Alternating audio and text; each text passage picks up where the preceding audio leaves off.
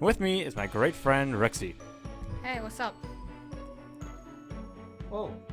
I started this game around December, and I got this man addicted to the hobby.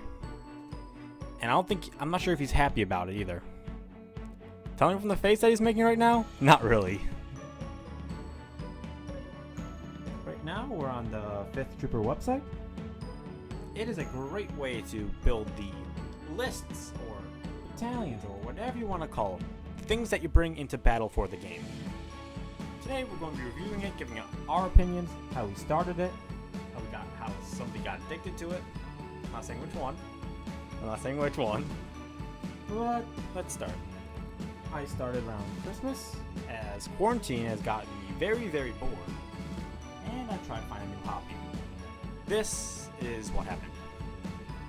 I was just on YouTube, watching some random videos, and then I got this in my feed. I was like, okay, what is this?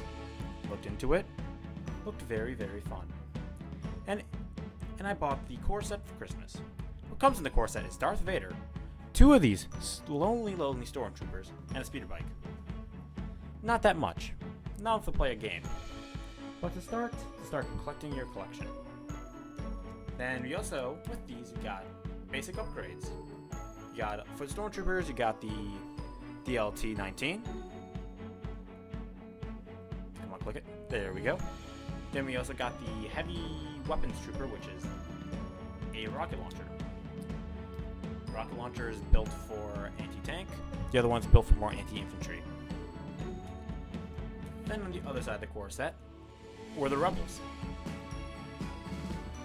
With these rebels, you got Luke Skywalker, the last Jedi himself. Then you got 2 units of rebel troopers, which are very solid.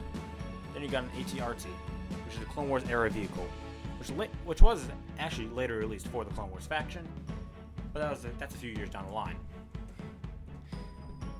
In this, you got 3 different armaments for your AT-RT: a flamethrower, a laser cannon, then a machine gun, basically.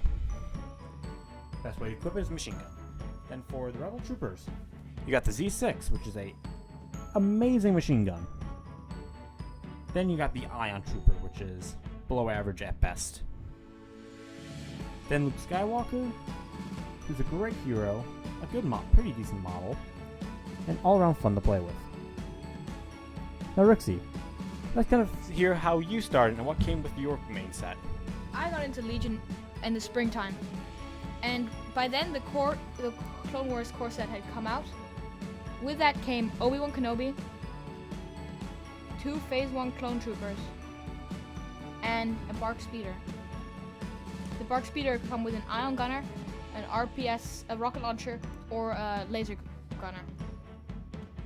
The clone troopers either came with a rifle sniper guy or another Z6.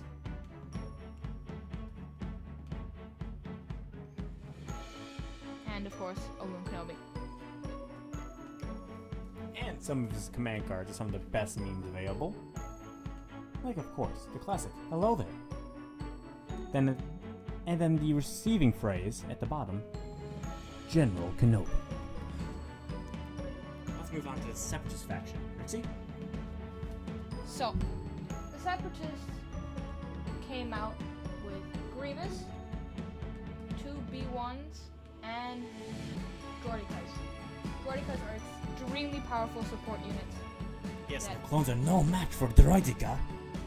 The droids came with the E5C, who is hard to describe, and the rocket launcher. E5C is basically just their version of a machine gun. General Grievous can equip his gun called the Annihilator, and he has 2 lightsabers that he can both use. He's a very powerful hero. He's definitely not someone you want to come up against if you're running a Jedi like Obi-Wan, Luke, or even Vader. He will destroy them all in swift fashion. His command cards are mediocre at best, but every time he kills someone, kills a Jedi, you could say, "Another addition to my collection." Then laugh at them in their face as you just killed their best hero, most likely. I have to disagree with you on that one. command cards are very good at what they do. This command card here is great against clone balls, which is how most Republic armies deploy. Yes, and deployment is the phase before anything starts, and you just kind of put your troops on the table in alternating order. As you can see, you can do this attack against each illegible unit. So when you hit the center of the clone army, and because they're always bunched up, you can hit maybe 4 or 5 different units with this attack and really wipe out the entire half their army in one hit. Yes. Crush them's another good one, but you have to play that near the end because you won't be really getting a lot of use out of it if only 1 or 2 units are dead. You try to wait for it, basically, most of the army that we wipe down, this is be the final blow. And Supreme Commander, which I've faced against, could be quite annoying. It's meant to counteract when one of the opponent's Jedis is about to dive. As you can see, it gives each of the nearby units a surge. It gives him a bunch of surge tokens, and gives all nearby troopers Guardian 2 and Guardian, and they can use Guardian during a melee attack. Now, 2 troopers doesn't seem like a lot, but because of the droid's keyword coordinate, this can be his entire army. So Obi-Wan Kenobi's charge can do nothing because all the hits will be absorbed by nearby droids. And I'll let you know, these droids are very, very cheap and very expendable. There's 6 of them in a unit, so basically, they're a horde.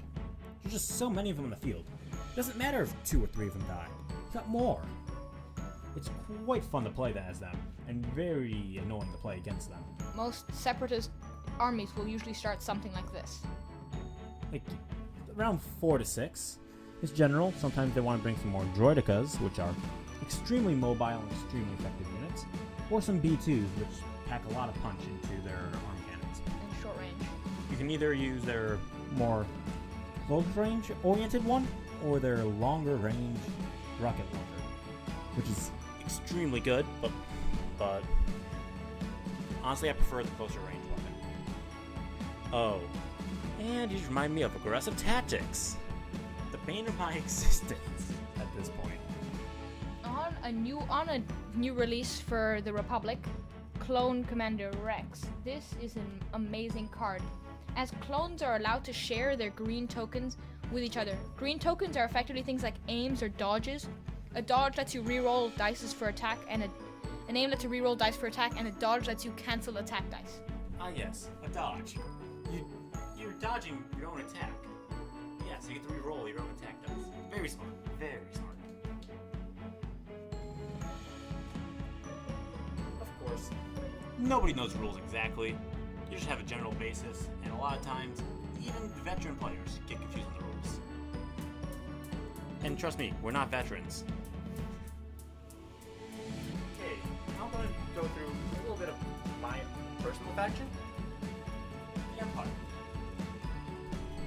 The Empire is a slower moving faction, judged by Vader's 1 movement speed, which means he crawls across the battlefield. The average movement speed is 2. As you can see by all the other commanders, except for Palpatine, he's also a tortoise. Granted, he's a very powerful character, but honestly, he's just too slow for my liking. Well, the way I see you have to run Empire, it's either a bunch of heroes, like Callus, who's my favorite at the moment, then probably 2 bounty hunters.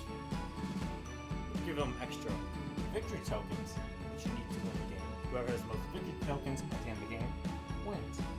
And the way you get victory tokens differs on the game, so it doesn't matter. Like key positions, these are all different ways that you can get objective tokens depending on what you play. Now let's go to a different way to play Empire. The Callous Death Troopers. Christian knows exactly what I mean. Not Callous, my bad. Krennic Death Troopers. Come on. Yeah, there we go. Then you bring in the good old-fashioned ATST.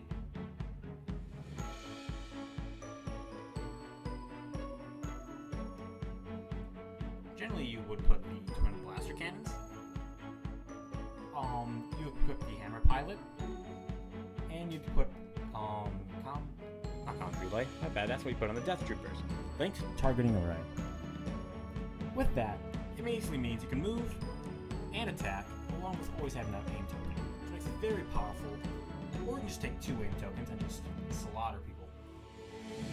It has high potential, but has a weak point in credit.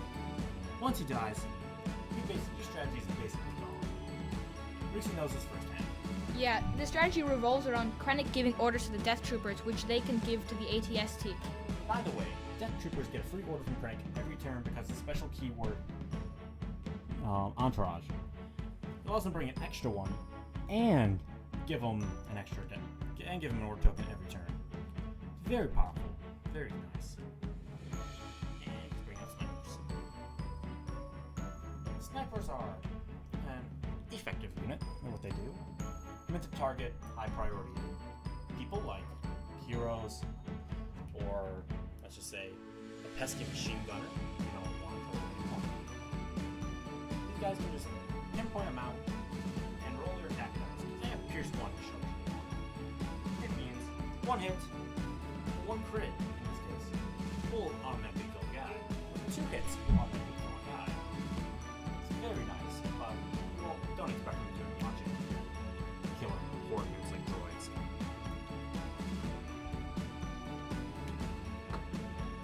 Well, now let's go and talk about how the game plays. See? Let's talk a little bit how the game plays on the tabletop.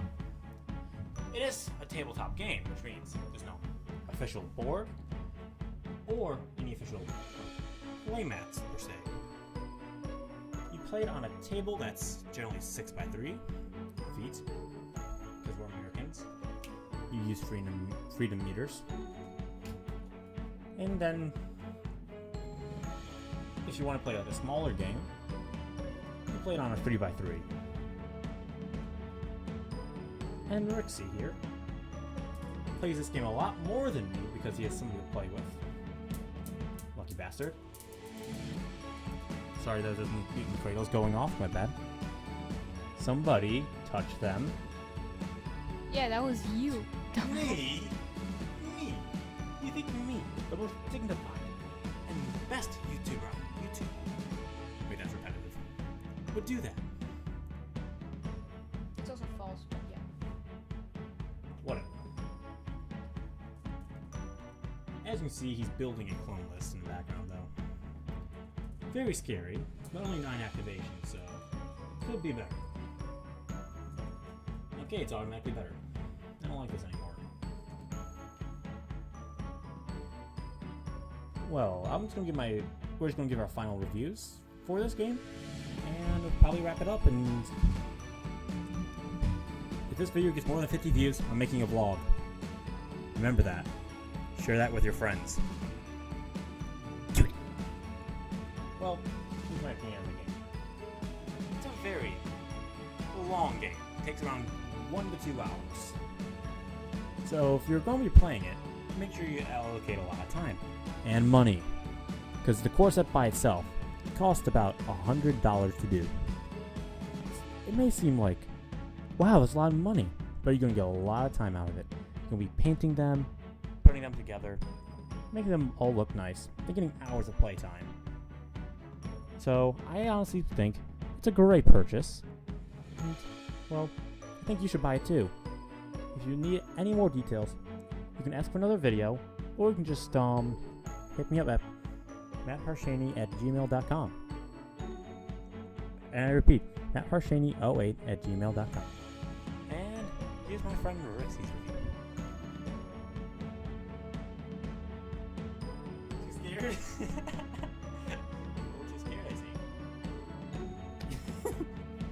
Whoa, you're lucky that's not on audio, eh? So you don't want to say any final words? Legion is a waste of money, don't get it. Of course. Always pay the episode. Well, this is another video, and have a great day. Remember to like and subscribe.